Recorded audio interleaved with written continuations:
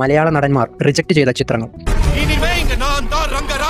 Third പ്ലേസിൽ Fahadh Faasil. Indian cinema industry തന്നെ കാത്തിരിക്കുന്ന ഇന്ന് ഏറ്റവും കൂടുതൽ ഹൈപ്പുള്ള ഒരു ചിത്രമാണ് ലോകേഷിന്റെ കൂലി. ചിത്രത്തിൽ സൗബിൻ അവതരിപ്പിച്ച കഥാപാത്രം യഥാർത്ഥത്തിൽ ഫഹദിനു വേണ്ടി എഴുതിയതായിരുന്നു എന്നും ഏകദേശം 6 മാസത്തോളം ഫഹദിനെ മനസ്സിൽ കണ്ടുകൊണ്ടാണ് ആ കഥാപാത്രം വികസിപ്പിച്ചെടുത്തതെന്നും ലോകേഷ് പറഞ്ഞിട്ടുണ്ടായിരുന്നു. എന്നാൽ ഫഹദിന്റെ മറ്റ് പ്രോജക്റ്റുകൾ കാരണം അദ്ദേഹത്തിന് ഈ വേഷം നിരസിക്കേണ്ടി വന്നു. അതിനുശേഷമാണ് സൗബിന്റെ കൈകളിൽ ഈ കഥാപാത്രം എത്തുന്നത്. സെക്കൻഡ് പ്ലേസിൽ പൃഥ്വിരാജ്. ചിരഞ്ജീവി നായകനായ സൈറ നരസിംഹ റെഡ്ഡി എന്ന ബിഗ് ബഡ്ജറ്റ് ചിത്രത്തിലെ ഒരു പ്രധാന കഥാപാത്രത്തെ അവതരിപ്പിക്കാൻ പൃഥ്വിരാജിനെ സമീപിച്ചിരുന്നു. എന്നാൽ ആടുജീവിതത്തിന്റെ കമ്മിറ്റ്മെന്റ് കാരണം പൃഥ്വിരാജിന് അത് നിരസിക്കേണ്ടി വന്നു. ചിരഞ്ജീവി തന്നെ നേരിട്ട് സംസാരിച്ചിട്ടും ആടുജീവിതത്തിന്റെ കമ്മിറ്റ്മെന്റ് കാരണം ആ വേഷം ഉപേക്ഷിക്കേണ്ടി വന്നു. ഈ സിനിമയുടെ ടീസർ കണ്ട് തനിക്ക് വലിയ വിഷമം തോന്നിയെന്ന് പൃഥ്വിരാജ് തന്നെ ഒരു അഭിമുഖത്തിൽ വെളിപ്പെടുത്തിയിട്ടുണ്ട്.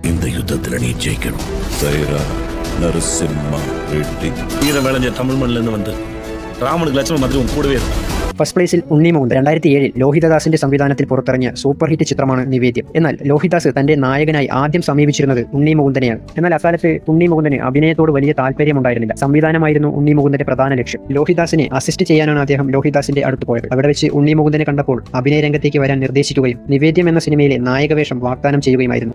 എന്നാൽ അന്ന് അഭിനയത്തോട് താല്പര്യം പ്രകടിപ്പിക്കാത്ത ഉണ്ണി മുകുന്ദൻ ബഹുമാനപൂർവ്വം ആ ഓഫർ നിരസിക്കുകയായിരുന്നു. പിന്നീട് വിനു മോഹൻ ആ കഥാപാത്രം വളരെ മികച്ച രീതിയിൽ അവതരിപ്പിക്കുകയും ചെയ്തു.